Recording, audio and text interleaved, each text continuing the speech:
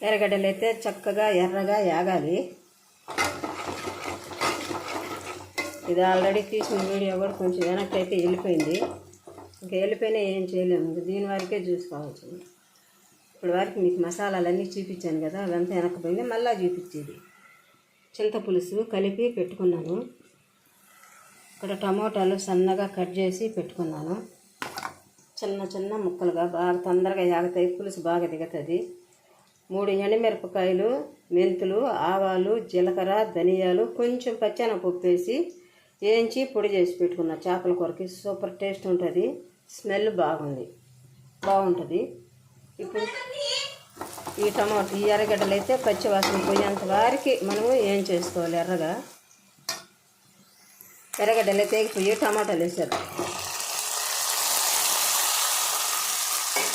నేనైతే ఒక చిన్న విషయం చెప్తాను మీకు. అందరూ అంటున్నారు మన అని. మన అనేది అబద్ధం. ఎందుకనంటే మన వాళ్ళు అనేది మనల్ని చెడిపోతుంటే చూడాల్సిన వాళ్ళే కానీ మనల్ని బాగుపరిచేదంటే ఎవ్వరూ ఉండరు. మన వాళ్ళకన్నా మనకు బయట వాళ్ళే చాలా సన్నిహితంగానే చాలానే బాగా కూడా ఉంటారు కూడా. ఎందుకు నేనంటే మన వాళ్ళకంటే బయట వాళ్ళకి మన మీద ప్రేమ ఉంటుంది. ఎప్పుడు కూడా మన అనేది మాత్రం అబద్ధం.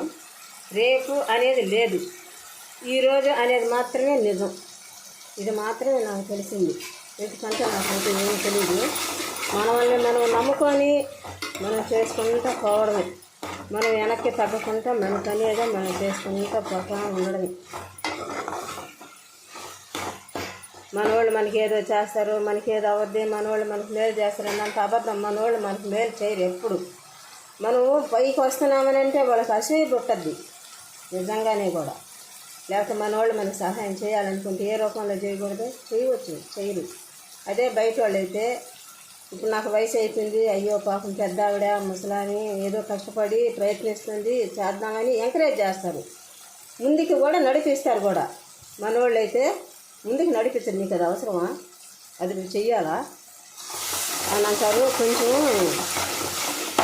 మనుషులకి మనసు మంచిది ఉండదు. చాలామందికి రాతి గుండె ఉంటుంది.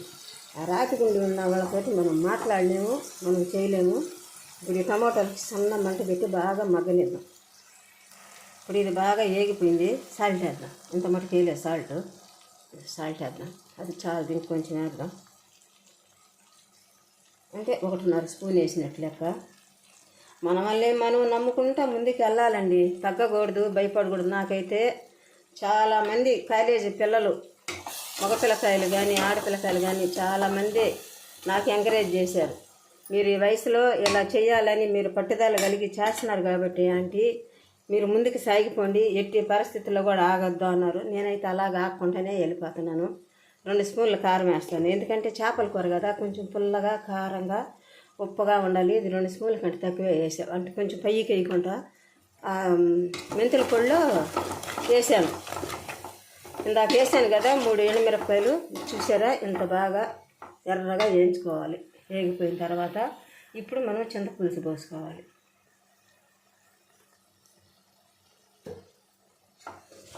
ఉడికింది కదా కారం బాగా, నూనె చక్కగా పైకి వస్తుంది కదా. చూడండి ఎంత బాగా వస్తుందో చూడండి. నూనె అంతా పైకి వచ్చేస్తుంది, తేలిపోతుంది. ఆ పొడి ఒక రవ్వసేపు ఆగి వేద్దాం, ఎందుకంటే అవన్నీ ఏం చేయట్లేదు కాబట్టి. పులుసు తెల్లిన తర్వాత వేద్దాము, సూపర్ వాసన వస్తుంది. ఇప్పుడు ముందుగల్లా రెడీ చేసి పెట్టుకున్న చింతపులుసులో నీళ్ళు పోసేద్దాం. మామిడికాయ ఉంటే బాగుండేది, మామిడికాయ అయితే లేదు. ముందే కలిపి పెట్టుకున్న చింతపులుసులో నీళ్ళు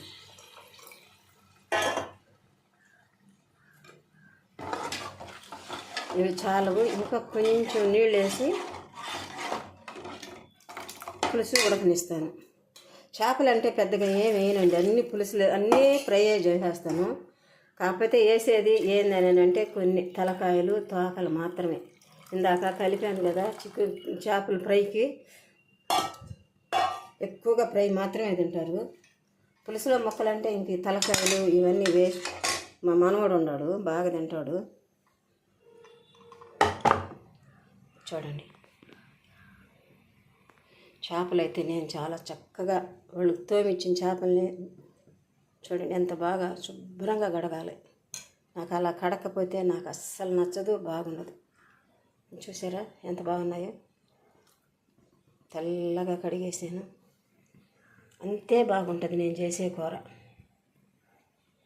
మీరు అనుకోవచ్చు ఏమి వేయలేదు అని. అన్నీ వేసినంత మాత్రం దాంట్లో వచ్చేది ఏమి ఉండదండి టేస్టు. ఉట్టి ఉప్పు, పసుపు, కారము, చింత పులుసు పక్కంగా పడాలి. పడిన తర్వాతే ఈ చేపల కూరకు వచ్చేది రుచి వేరుగా ఉంటుంది. ఈ మసాలాలన్నీ వేస్తే చికెన్ వాసన వస్తుందో తెలియదు, చేపల వాసన వస్తుందో తెలియదు, సాంబార్ వాసన వస్తుందో తెలియదు. అందుకని నేను ఎప్పుడు కూడా అచ్చంగా ఇలాగే చేస్తాను నేను. చూసారు కదా పులుసు, ఇది చాలు.